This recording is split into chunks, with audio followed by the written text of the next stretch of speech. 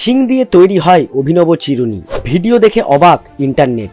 চুলের সাজের জন্য বাজারে অনেক ধরনের চিরুনি পাওয়া যায়, কিন্তু আপনি কি কখনো পশুর শিং থেকে তৈরি চিরুনি শুনেছেন? আপনি যদি না শুনে থাকেন তবে এই ভিডিওটি দেখুন, যা আপনাকে পশুর শিং থেকে একটি চকচকে চিরুনি তৈরির পুরো প্রক্রিয়াটি দেখায়। এই ভিডিওটি মাত্র 4 মিনিটের, যা দেখে মানুষ অবাক হয়েছেন। খুবই কম মানুষ জানেন যে মানুষের দৈনন্দিন জীবনে ব্যবহৃত জিনিসগুলি প্রাণীর শিং থেকে তৈরি হয়। আসলে সোশ্যাল মিডিয়ায় একটি ভিডিও দ্রুত শেয়ার করা হচ্ছে, যা দেখে আপনি শুধু অবাকই হবেন না, বরং আপনি এই তথ্যও পাবেন যে প্রতিদিন যে চিরুনি ব্যবহার করা হয় তা শিং থেকেও তৈরি করা যেতে পারে।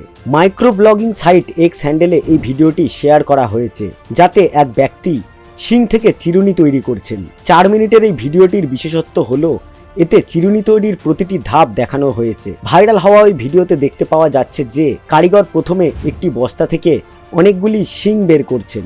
এরপর সেগুলোকে গুণমান ও আকার অনুযায়ী আলাদা করে দেয়। সে মেশিন দিয়ে শিং কেটে পিষে চিরুনির আকৃতি দেয়। তারপর তিনি আগুনে গরম করে শিংকে নরম করেন এবং মেশিন দিয়ে চাপ দেন। এরপর শিং চ্যাপ্টা হয়ে যায় এবং তারপরই চিরুনির দাঁতের আকৃতি হয়। ভিডিওর শেষে কারিগর দেখায় কিভাবে 3টি ভিন্ন আকারের চিরুনি পালিশ করতে হয়। 2 দিনের মধ্যেই এই ভিডিওটি ইন্টারনেটে 55 লাখের বেশি বার দেখা হয়েছে এবং 23,000 মানুষ এটি লাইক করেছেন।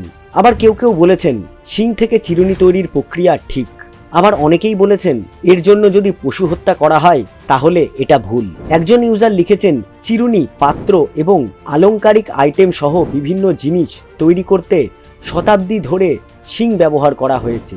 আরেকজন লিখেছেন আমার মেজাজ পাল্টে গেল জেনে যে আপনি শুধু শিংয়ের জন্য পশু মেরেছেন। তৃতীয় ইউজার লিখেছেন এই শিংগুলো খুবই টেকসই এবং নমনীয়, যা আকৃতি ও নকশা তৈরি করতে গরম করা হয়। আগেকার সময়ে পশু শিকারে নিষেধাজ্ঞা ছিল না, তখন মানুষ পশুর মাংস, চামড়া ও শিং থেকে যা কিছু পেত তা ব্যবহার করে প্রয়োজনীয় জিনিস তৈরি করত।